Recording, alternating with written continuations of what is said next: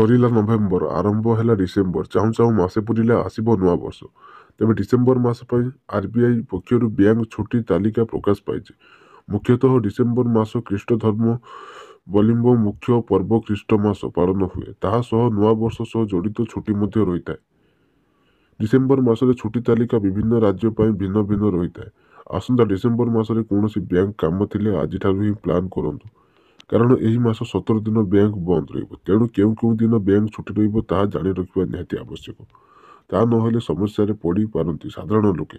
ଏବେ ଏହି ମାସରେ ଥିବା ବ୍ୟାଙ୍କ ଛୁଟି ମଧ୍ୟରୁ କେତେକ ଆଞ୍ଚଳିକ ଛୁଟି ମଧ୍ୟ ସାମିଲ ରହିଛି।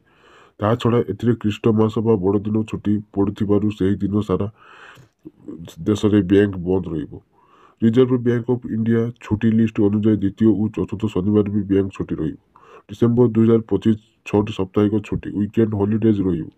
ଏଥିମଧ୍ୟରୁ 13 ତାରିଖ ଦ୍ୱିତୀୟ ଶନିବାର ଏବଂ 27 ତାରିଖ ଚତୁର୍ଥ ଶନିବାର କାରଣରୁ ବ୍ୟାଙ୍କ ଛୁଟି ରହିବ।